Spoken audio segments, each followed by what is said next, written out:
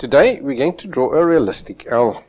Use a cloth dipped in graphite powder to smudge in some random contrasts in the background. We want to keep the background out of focus, so we have to ensure that we've got no hard edges there. If you do have any hard edges, just soften them out by brushing over them with a soft brush. Any areas that need to go lighter, you can lighten them up by tapping with a kneaded eraser. At the end of the day, what you're trying to achieve is a soft, mottled effect. You can now use your cloth to lay in some basic tonal values on the owl. And this will give you a good feel for where each feature on the owl is positioned. If you're scared you're going to lose any of your edges, then lift those out as you work using your pen-shaped eraser.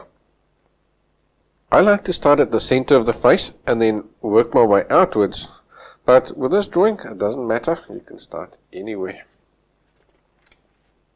To draw the feather effect, you will need a very sharp point on your pencil. I'm using a chisel shaped point as this keeps my point sharper for longer. Start off by drawing in the dark feathers using a stabbing or a chopping motion, and then lift out the lighter feathers using your pen shaped eraser and a flicking or a chopping motion.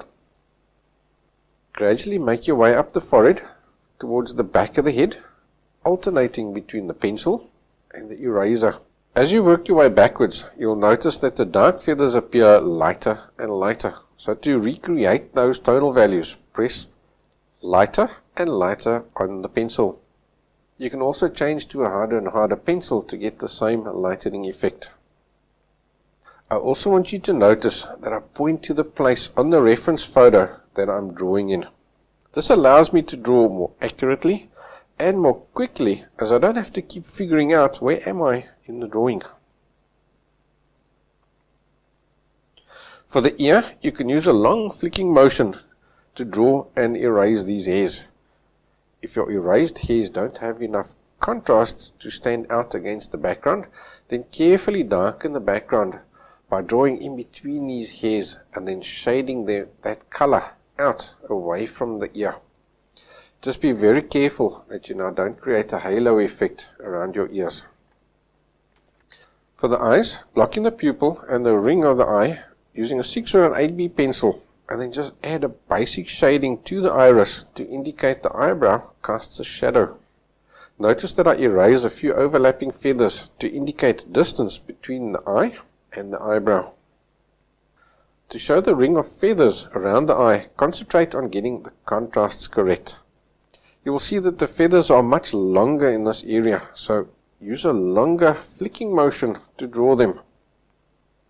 What's really important here is that you get the directions of these hairs correct. They must radiate outwards at right angles to the eye. For the beak, start at the tip as that area is the most defined. Then negatively draw the overlapping feathers, being careful to leave that lovely reflection on the beak. This completes the hardest part of the owl. As the face is the focal point, we won't add as much detail to the wings and the body. We'll simply suggest some detail in those areas. To do this, start by scribbling in the dark markings on the feathers. Don't try to get these marking positions perfect. Remember, each owl is unique. You can also see that I'm not trying to draw a feather effect. These are really rough and quick scribbles. To simulate the feather effect, we're going to erase some lines in between these darker markings and also flick in some lines in between these darker markings. And once you've done that, stand back to see where do you need to lighten and darken the tonal values over the body and the wings to show their shape and their rounding correctly. Now we can get that tie-in area between the face and the body right by adding these light little fluffy feathers that overlap the body. To get their highlights, I've used a kneaded eraser and tapped in those highlights. The kneaded eraser gives us a more softer edge than the pen-shaped eraser does. Then use a darker pencil and a sharp flicking effect to show the shadows cast by these feathers. It's that little shadow that makes the head stand up off the body. We can now complete the drawing by adding a few flyaway feathers at the edges of the bird, as well as by lifting out the reflections of the sun on the owl's eyes. So I hope you've enjoyed this tutorial. If you have, please like the video and leave me a comment below. Also, don't forget to subscribe for more tutorials.